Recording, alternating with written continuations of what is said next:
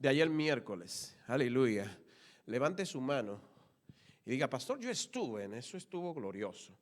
Amén. No se pierda los servicios de oración. El que se pierde los servicios de oración se pierde entender entonces los milagros. Luego dice: ¿de qué están hablando? Porque eso a mí nunca me pasa. Entonces usted revisa su calendario y dice: es que en los tiempos de oración yo no estoy. ¿Ya entendió el orden? Entonces, cuando usted escucha a una gente dar mucho testimonio, es por una vida de oración. Entonces, le invito a que sea parte de nuestros servicios de oración. Todavía es por Zoom, pero algún día será presencial. Amén. Y el gozo será doble.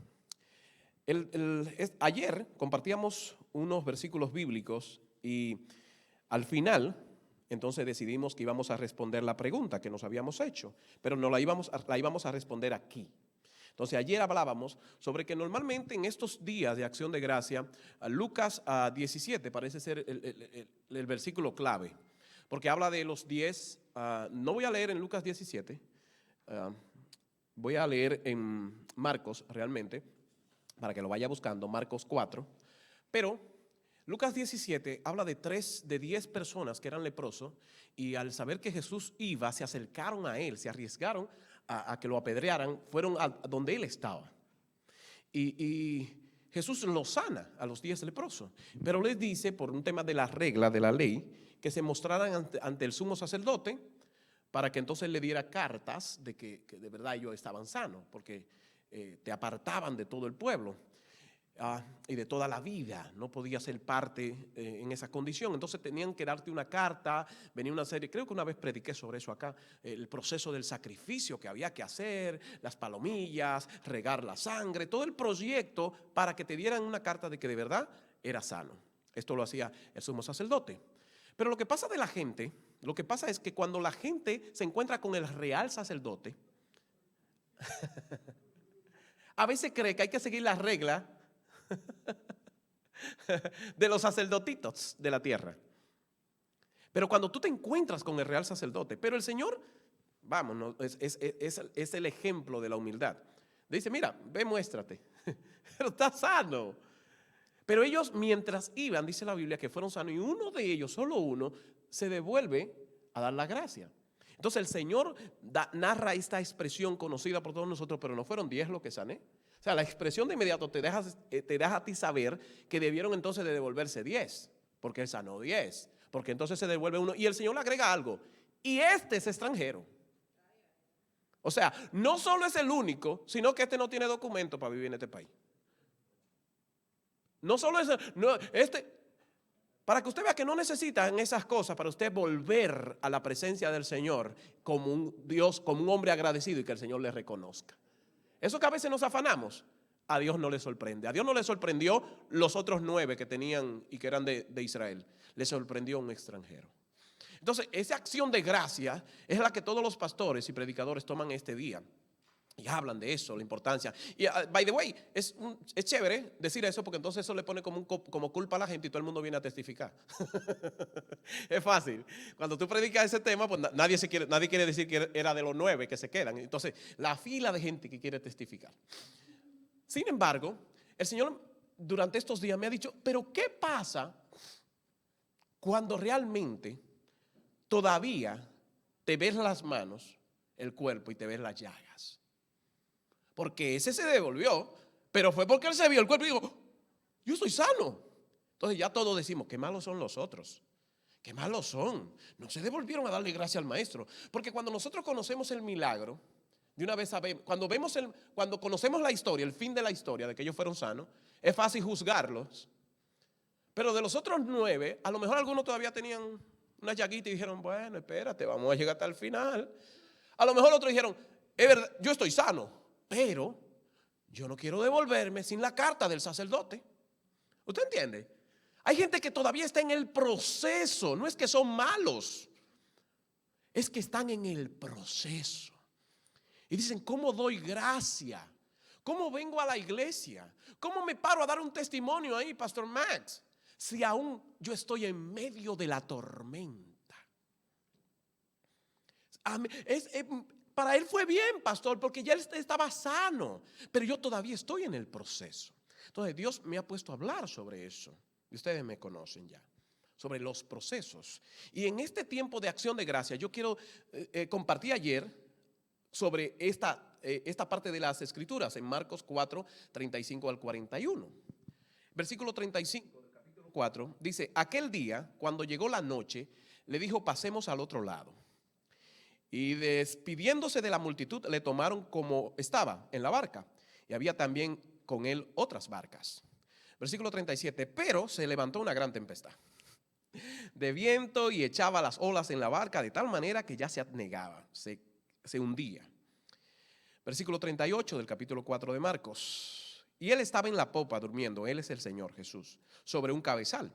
Y le despertaron y le dijeron: maestro, no tienes cuidado de que perecemos, que nos morimos. Versículo 39. Y levantándose, reprendió Jesús, levantándose, reprendió el viento y el mar. Calla, enmudece. Y cesó el viento y se hizo gran bonanza, tranquilidad. Versículo 40. Y le dijo: ¿por qué están amedrentados? ¿Por qué tienen miedo? ¿Cómo? ¿No tenéis fe? Es que ustedes no tienen fe. Versículo 41. Entonces temieron con gran temor y se decían uno al otro: ¿y quién es este? ¿Quién es este que aún el viento y el mar le obedece? Ay, no, esa no es una historia de Thanksgiving, ¿no? Pero yo no quiero estar de espalda a la realidad de muchos acá, que aún estamos en medio de la tormenta.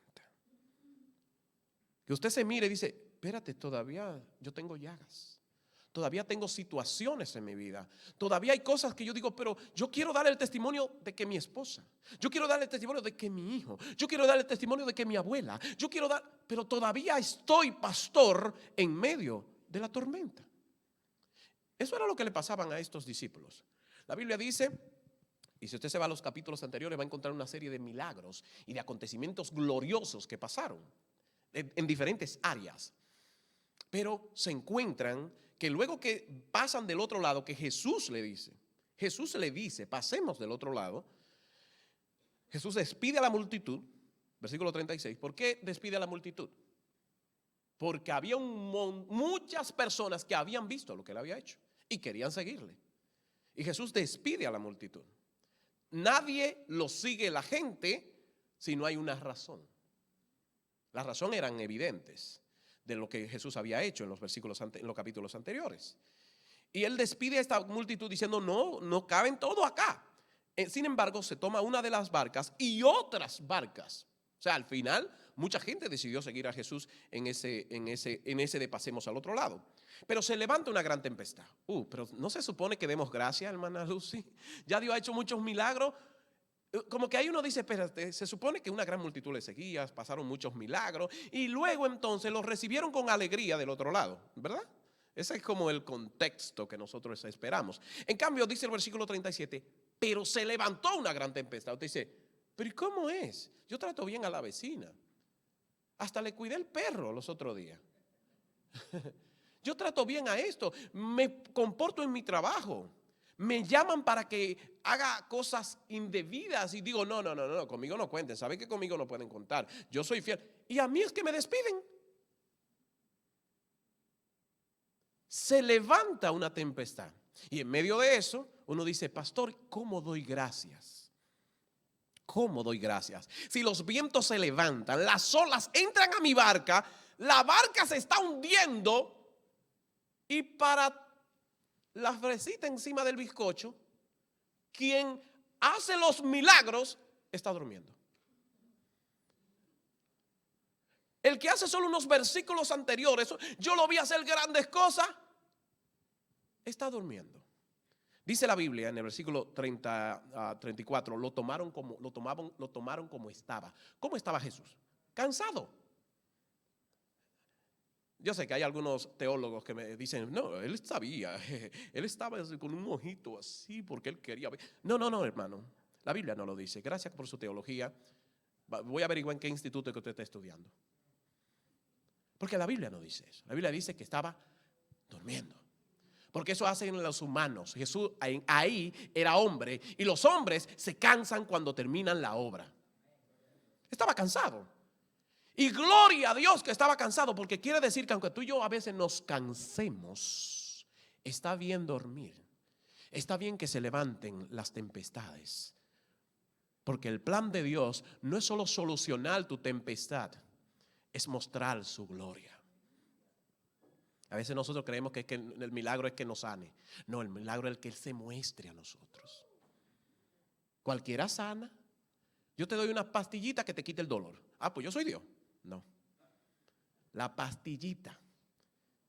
Pero cuando Dios te sane para mostrar su gloria, entonces tú tienes que decir, wow, Dios me sanó. Entonces, ¿qué quiere mostrarme? Por eso cuando la gente me viene como pastor con testimonio, yo lo siento. Le digo, ¿y qué te dijo Dios más? No, pastor, que me sanó. ¿Pero qué más te dijo? No, que me sanó. Yo digo, no. Ay, que Dios no sana así. No es un tema de sanar. Cuando Jesús hizo todos los milagros, ya los profetas lo habían hecho. Excepto la resurrección y la salvación que nos trajo a través de su muerte, todos los milagros que le hizo, también los profetas. El plan no era ese, era mostrar al Padre. Era mostrar al Padre, no era sanar gente. Era mostrar la misericordia, la relación, el encuentro. Tus procesos y tus tormentas, podría el Padre quererse mostrarte. Y tú, pero Señor, ¿cuándo es que me va a ayudar con esto? El Señor le dice, pero tú no estás mirando hacia la dirección que quiero que mires. No quiero que mires mi provisión. Quiero que me veas a mí. ¿Le ha pasado a usted esto? Que usted ayuda a una persona. Creo que hay unos animalitos que usted le da comida y no lo miran a ustedes. Creo que los gatos. ¿Quiénes? Los gatos. Y la gente a veces usa ese ejemplo. Este es como los gatos. Tú no le das la cosa y ni lo mira a uno. Cierra los ojos. Así a veces somos con Dios. Y Dios lo que quiere es que lo veamos a Él, no lo que Él nos está proveyendo. Y a veces nos quejamos. Mira a este durmiendo en la barca. Sí, porque usted pensaba que nada más ellos lo hacían. Dios nos provee grandes cosas. Y en medio de eso, dice la Biblia, que se acercaron al Señor y le dijeron, Señor, no tienes cuidado. Por supuesto, la Biblia lo dice muy bonito, pero imagínese un hijo de usted diciéndoselo a usted. A ver, ¿cómo usted le dice? Oh, mi niña, gracias por decirme eso. ¿Le diría a usted? Usted por la sangre de Jesucristo le sacaría todos los pichones. Si su hija dice, pero ¿qué clase de madre eres tú que no me cuida? Dice, mira muchacha de la po. Pi, pi, pi, pi, pi, pi. Pero ¿qué te pasa? Un hijo de usted que le diga eso. Ay, mami, tú no tienes cuidado de mí. ¿What? ¿Cuántos años que tú tienes? Tú no. Y tú me estás diciendo que porque se ha levantado una tormenta hoy, tú me hablas de esa forma. Mire que hay respeto, porque hay tormentas en tres formas. Hay tormentas físicas, enfermedades, situaciones económicas, necesidades de diferentes formas que son tormentas físicas. Y esta era una tormenta física además, real. Hay tormentas emocionales, que ellos la tenían. Ellos tenían las tres tormentas que voy a mencionar. La física, porque su propio cuerpo amenazaba con morir, perecía la barca. Emocionales, porque eran pescadores. Dice, no entendí, pastor, explíquemelo en chino. ¿Cómo un pescador que sabe lo que son las tormentas tiene miedo?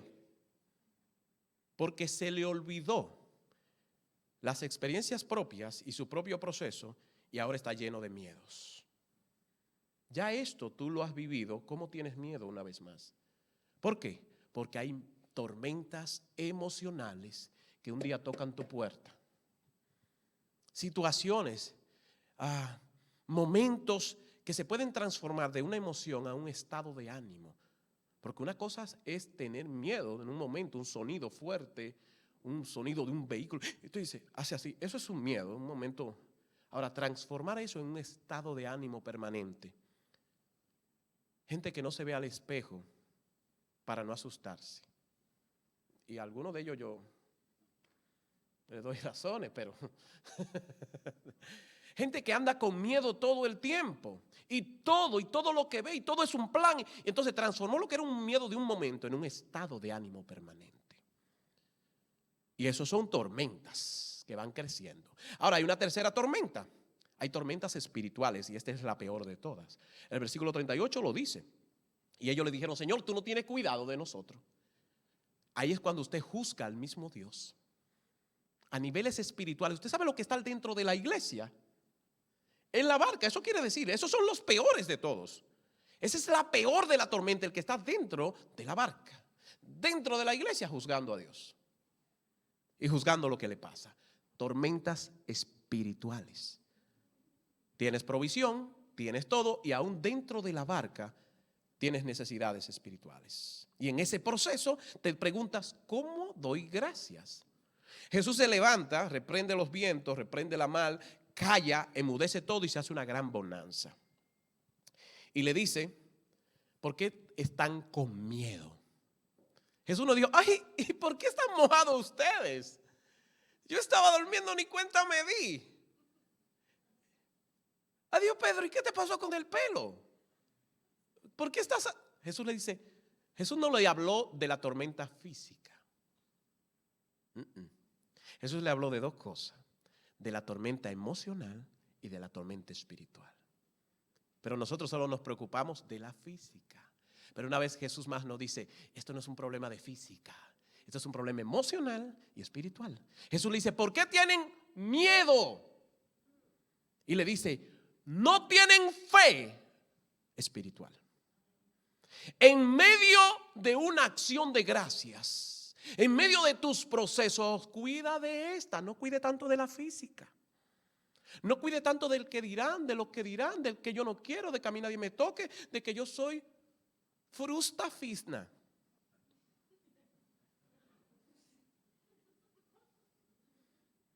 No cuides tanto de esas cosas porque el maestro en medio de tu tormenta y de que estás enchumbado de agua, con el agua está hasta aquí, la están sacando y el Señor lo que le pregunta, ¿y qué le pasa? ¿Por qué tiene miedo? Y usted, mi jaque de $400 está empapado y el Señor te dice, ¿por qué tienes miedo? Es que no consigo aquello, es que no me aprueban lo otro, es que no me dan aquello, es que no me llaman. Y el Señor te dice, ¿por qué tienes miedo? Miedo yo. Dios me ha usado en dones de ciencia en algunos momentos y yo digo cosas a personas, a ellos solamente. Usted no lo sabe porque yo nunca uso el micrófono cuando Dios me usa con dones de ciencia, porque no es un espectáculo. Y le digo cosas que yo me quedo, ¿qué está Dios diciéndole a esta persona? Pero he visto el rostro de alguno y que han abierto los ojos mirando a ver si hay un micrófono, porque se sentirían hasta avergonzados de que la gente escuche lo que Dios le está diciendo. Y veo que me miran así. Y ahí se dan cuenta que solo es con ellos que estoy hablando. Pero hacen así como, ¿por qué? Porque tienen miedo de lo físico. De que la gente se entere de que el superhéroe que él vende y que ella vende no lo son. No lo son. Que necesitan al maestro de la barca.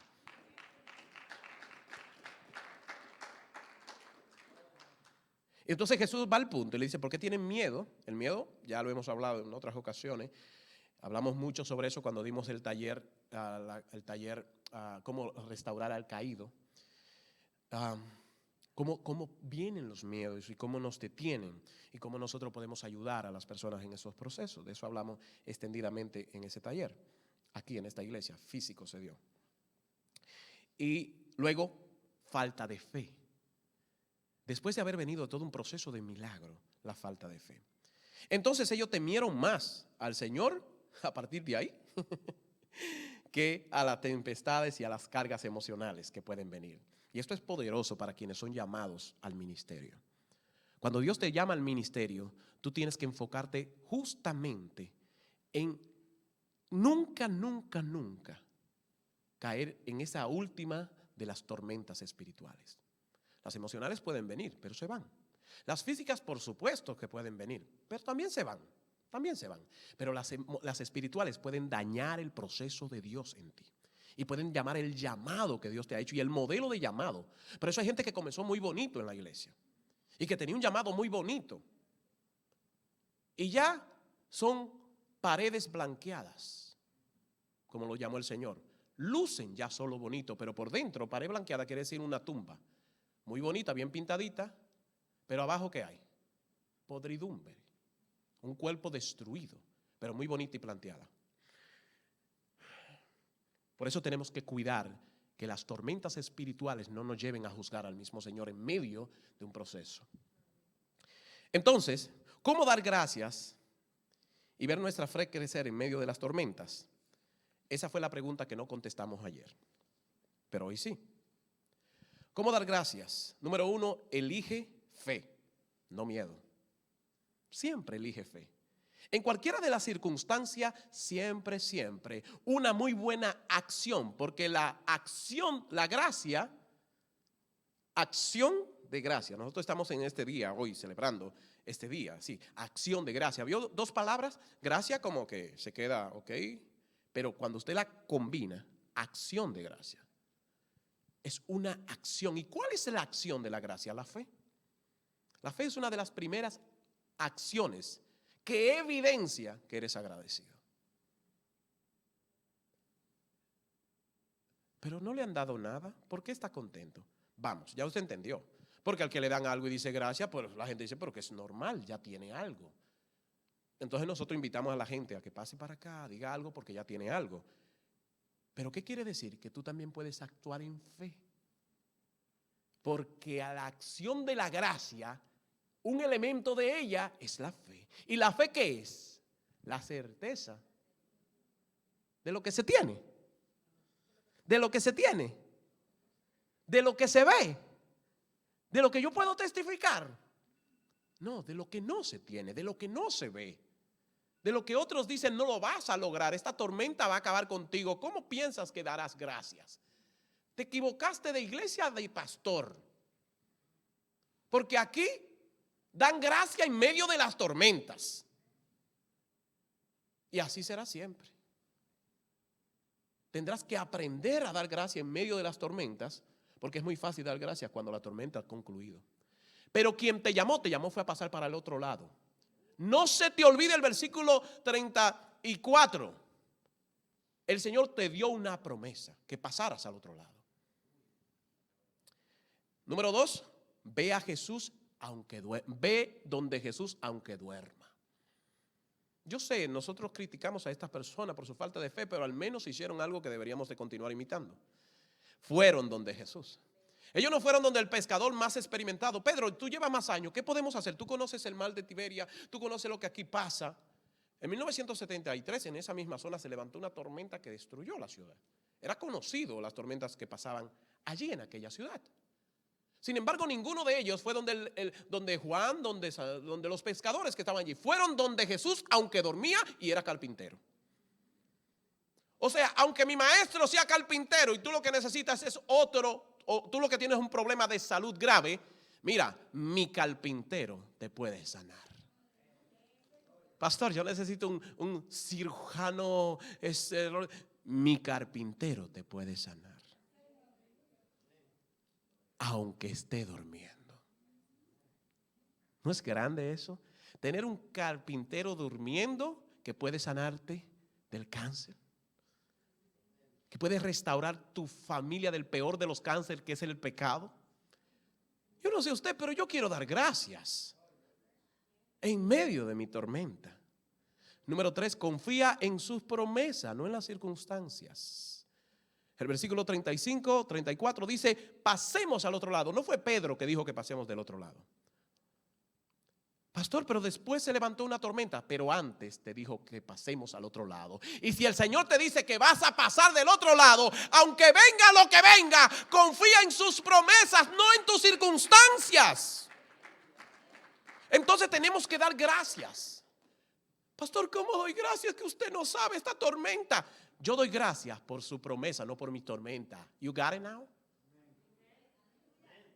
Ay, qué pastor más falso. En medio de su problema dando gracias. Es que tú no estás entendiendo. Yo no estoy dando gracias por mi problema. Yo estoy dando gracias por las promesas.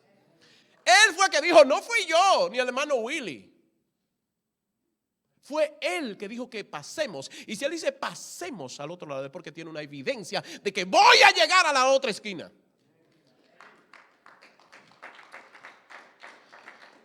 Número 4, que tu necesidad no te distraiga de tu destino.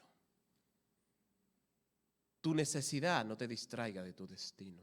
Tu barca no era la única donde estaba el Señor.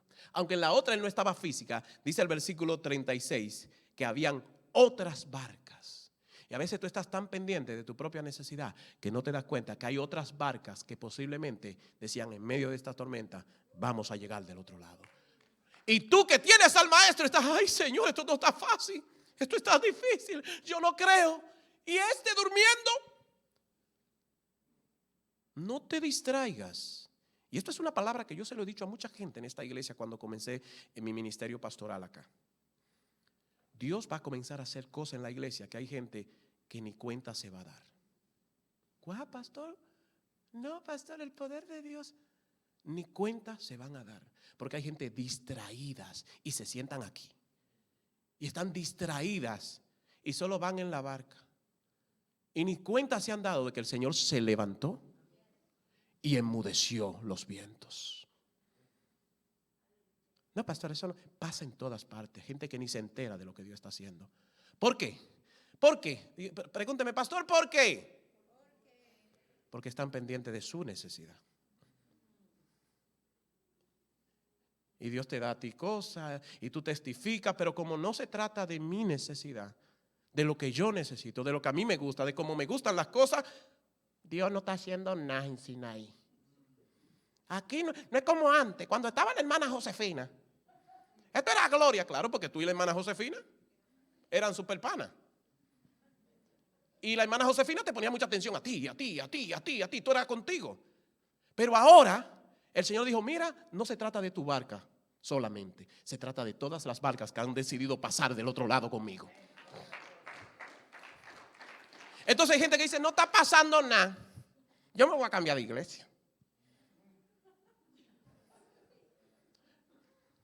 Allá hay un pastor que predica más bueno y cantan y eso, y se siente la gloria de Dios. A mí me lo han dicho. A mí. Y yo, pero ¿a qué iglesia es que tú vas los domingos? Porque a la que yo voy y te veo, Dios se está moviendo. ¿Por qué? Porque están pendientes de, no tienes tú que yo perezco. ¿Y las otras barcas? Ni siquiera me tienen adentro. Al menos yo estoy aquí aunque durmiendo. 4. Tu necesidad no te distraiga de tu destino. Tu necesidad no te distraiga de tu destino. Esta iglesia no cubre necesidades, cumple un propósito. Así que si algo a usted no le gusta, entonces tendrá que comenzar a preguntarse, ¿y cuál es el propósito de la iglesia entonces? Y puede ser que cuando lo encuentre diga, oh, it's not about me. Yo nada más quería esto. Pero la iglesia tiene un propósito mayor. Es todas las barcas que necesitan cruzar del otro lado, no solo la mía. Cuidadito, cuidadito. Este punto es muy importante.